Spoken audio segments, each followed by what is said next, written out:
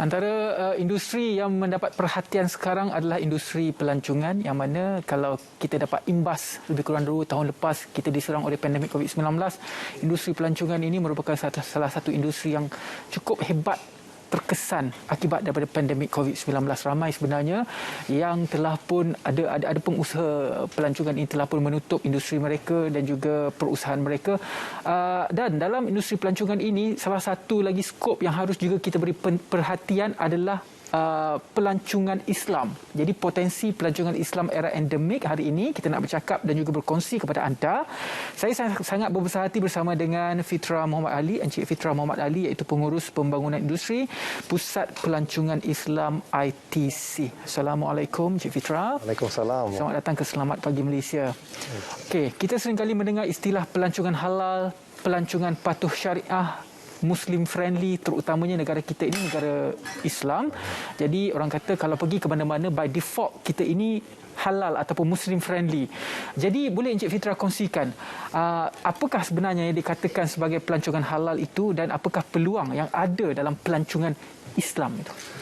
Ya, Cik Ridwan, memang selamat pagi lah. So memang dekat market sekarang ini, global market, memang ada banyaklah definition ataupun terminologi mengenai pelancong yang berkaitan dengan pelancong Muslim. Macam Tuan cakap tadi, pelancong patuh syariah, halal tourism, pelancong Muslim friendly.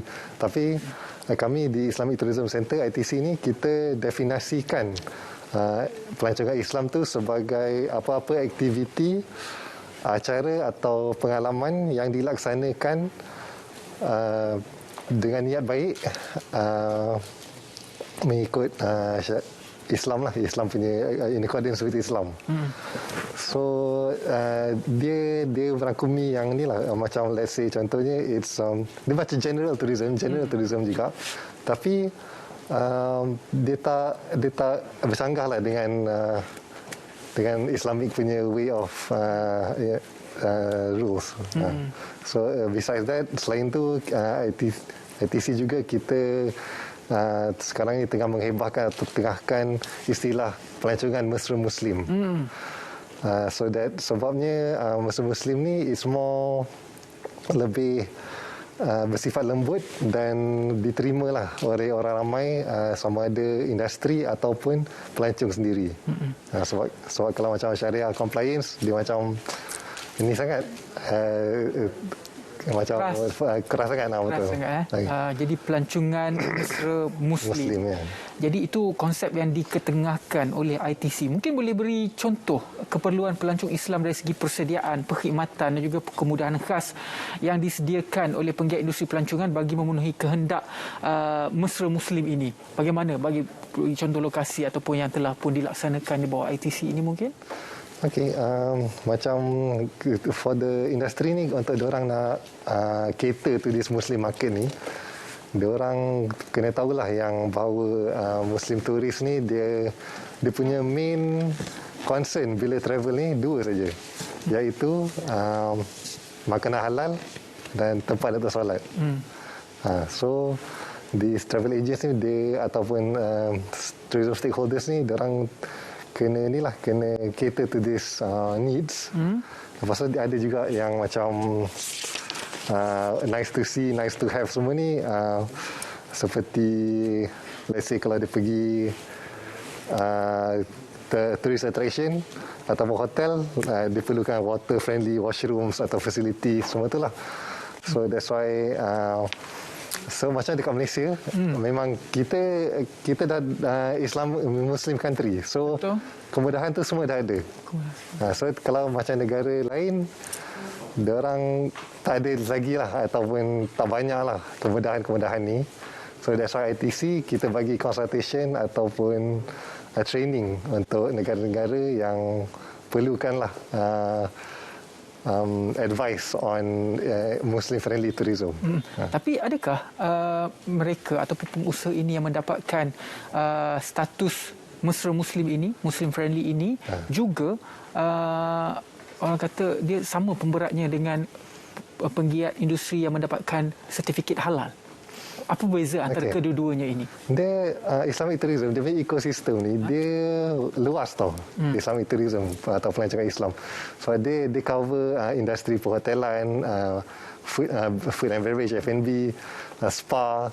So kalau F&B tu memang diorang perlukanlah halal certificate. Tapi for Islamic tourism products and attractions ni, they need a recognition. So ITC kita ada beberapa program recognition yang mengiktirafkan produk pelancongan ni atau premis penginapan ni adalah Muslim. So contohnya kita ada satu program Muslim Friendly Accommodation Recognition ataupun dikenali sebagai MFAR. So far dekat Malaysia ni kita ada 49 hotel yang dah dapat pengiktirafan Muslim. Jadi itu antara sedikit apa yang telah pun dilakukan oleh ITC betul. Bagi memastikan pelancongan kita ini Muslim. Betul. Dan negara kita negara Muslim dan juga potensi untuk kita mendapatkan pelancong Muslim ini sebanyak 1.8 bilion daripada keseluruhan total populasi dunia. Satu potensi bisnes yang cukup besar. Jadi dalam sektor pelancongan negara terjejas teruk akibat COVID-19. Dan ramai pemain industri pelancongan seperti saya katakan sebentar tadi lingkup ataupun terkesan akibat dari pandemik COVID-19. Jadi apakah strategi dan usaha ITC bagi memastikan mereka ini kembali bernafas kembali dan juga terus bernafas dan juga bertahan dalam dalam kita menghadapi endemik COVID-19? Okay. So masa throughout the pandemic tahun lepas kita continue lah engage dengan industry players. Kita bagi dia consultation dan juga some training jugalah on how to get ready, sediakan bisnes diorang apabila borders international ataupun domestik dah buka. Masa tu PKP, domestik punya borders tutup lagi. So kita engage dengan diorang and consult dengan diorang lah how to get ready, bersedia. Selain tu, during the pandemic pun kita juga buat banyak online punya training sessions ataupun reskilling atau upskilling lah for the industry to get them prepared lah for the reopening of borders. So one of the some of the training yang kita dah lakukan include Muslim friendly hospitality dan juga accommodation punya accommodation punya readiness lah, how to brand your respective business. Mungkin boleh berikan contoh sedikit aktiviti ataupun program-program yang telah dilaksanakan di bawah ITC ini untuk memperkasakan pelancongan Muslim ini. Okay. Tadi yang before that I lupa cakap yang during the pandemic pun kita juga membangunkanlah satu standard on Muslim friendly spa.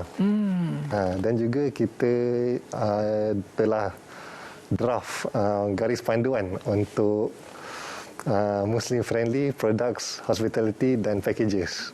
So once benda ni kita dah launchkan, nanti insyaAllah akan lagi banyak lah businesses dekat Malaysia ni akan diiktiraf sebagai Muslim friendly. So some of the programs yang Tuan tanya tadi, kita buat ITC Corporate Forum Women in Islamic Tourism Economy. Kita juga menganjurkan webinar untuk rantau IMTGT atau Indonesia, Malaysia, Thailand Growth Triangle. Selain itu, kita baru-baru ni kita buat seminar keusahawanan dan kepimpinan pelancongan Islam. Dan akan datang ni pada hari Isnin ni kita akan buat satu program persidangan pelancongan Islam sedunia. Mungkin Cik Fitra boleh kongsikan dan perincikan mengenai World Islamic Tourism Conference ini. Ya, okay. So the World Islamic Tourism Conference ni adalah pengajaran kali kedua lah. Kita first time buat tu tahun 2017. Sepatutnya nak buat tahun 2020 bersempena visit Malaysia je. Tapi of course 2020 kita dilandani pandemik COVID-19. So kita delete atau postpone ke tahun ni lah. So this year punya event akan kita akan buat live secara di World Trade Center Kuala Lumpur. Tapi penonton boleh tengok dekat Zoom. So siapa-siapa yang nak join tu boleh register, boleh berdaftarkan diri dekat ITC punya website atau social media. So during this World Islamic Tourism Conference ni ada 7 sesi yang akan membincangkan di recovery punya proses for Islamic tourism. So sebagai contohnya the Ambassador and Leaders Forum, that's the first one, the first sesi. Ambassador dari negara-negara Islam lah akan membincangkan mengenai diorang punya strategic plans for post recovery. Lepas tu kita juga ada sesi on emerging Islamic tourism destinations. Domestic tourism punya forum pun ada. Just to name a few lah. And also satu lagi yang agak menarik is kita ada satu profesor dari London. Dia halal branding punya expert. Dia akan bercerita tentang halal branding in tourism. Halal branding in tourism. Salah satu industri yang sangat mendapat perhatian lah pada ketika ini. Mungkin sedikit kata-kata akhir daripada Encik Fitra sendiri melihat daripada apa usaha ITC ini untuk terus memberi sokongan kepada industri pelancongan Malaysia. Yeah, so ITC is very open lah. The stakeholders semua boleh approach kita anytime. Just send us email atau give us a call atau attend any of our conferences. Selain tu, saya juga nak cakap sini yang pasal WITC ni, hari yang akan berlangsung pada 15 hingga 17 November. Ada peluang untuk the participants untuk memenangi beberapa hadiah lah menarik selama 3 hari tu. At the end of the session tu memang ada sesi quiz lah. So, diorang ni boleh menang hadiah-hadiah seperti voucher penginapan, voucher taman tema dan juga voucher flight ticket. Okey, itu dia antara beberapa inisiatif yang dilakukan oleh ITC yang melihat bagaimanakah potensi pelancongan Islam era endemik COVID-19. Terima kasih banyak-banyak kepada tetamu Selamat Pagi Malaysia hari ini, Cik Fitra Muhammad Ali, Pengurus Pembangunan Industri Pusat Pelancongan Islam ITC. Baiklah, selepas ini kita akan